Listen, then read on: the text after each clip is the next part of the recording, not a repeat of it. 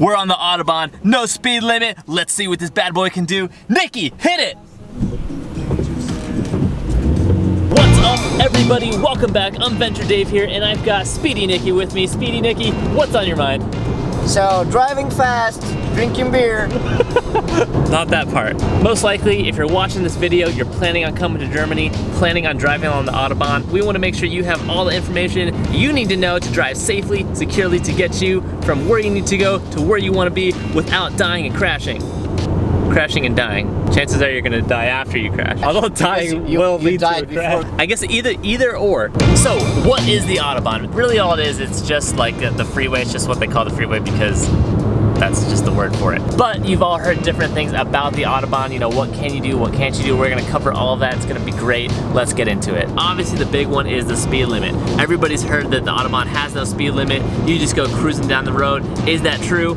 Yes and no. Most of the Autobahn doesn't have a speed limit. You're free to go as fast as you want and just, you know,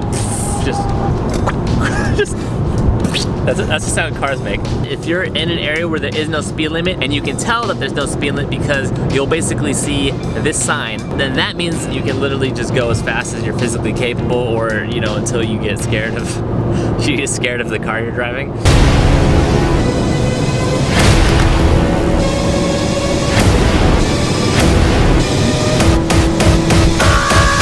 But there are speed limits that exist in certain areas, either areas that are just permanently at lower speeds because that's how the road is constructed, or just because, you know, a lot of times they'll have construction on the road as well, so they'll put up temporary speed limit signs. If there is a speed limit, you're gonna see some sign that looks like this, and it's gonna tell you that, you know, that is the speed limit that you have to go at.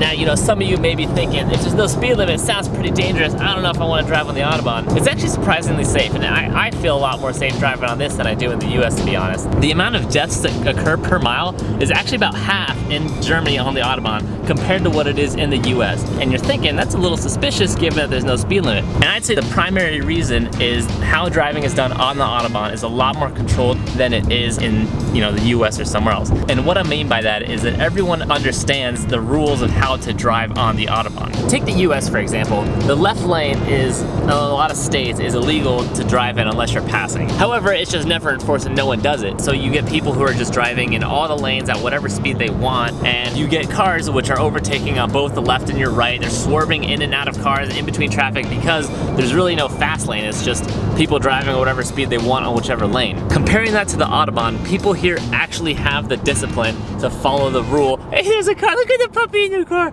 There's a puppy in your car. Where were we?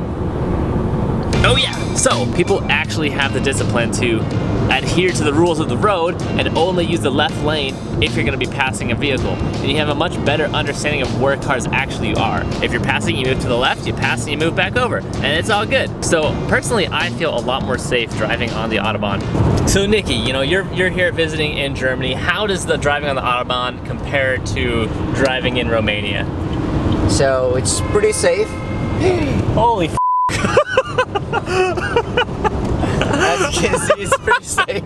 That's actually a perfect opportunity to explain something. We talked about passing on the left lane, and we talked about the fact that there's no speed limit.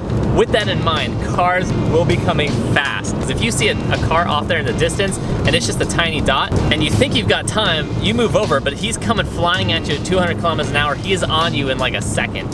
And so definitely pay attention to those cars and how fast they're accelerating up behind you, because if you move over, they're not gonna have time to stop and they could potentially ram you, just like what almost happened to us there.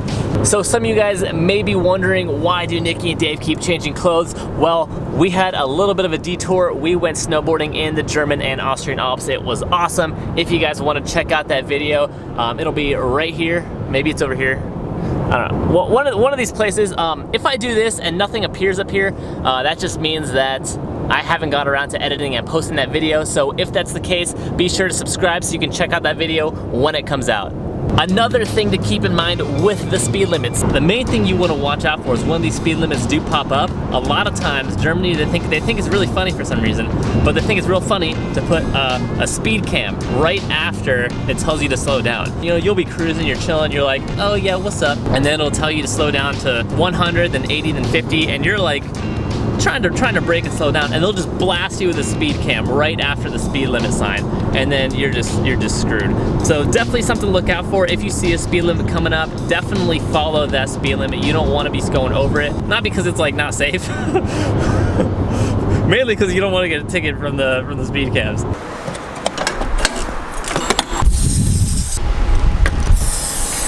Nikki has some random European car that uses this weird like auto gas stuff. It's not like actual gas, and it kind of broke the adapter. We may have to just leave this and run.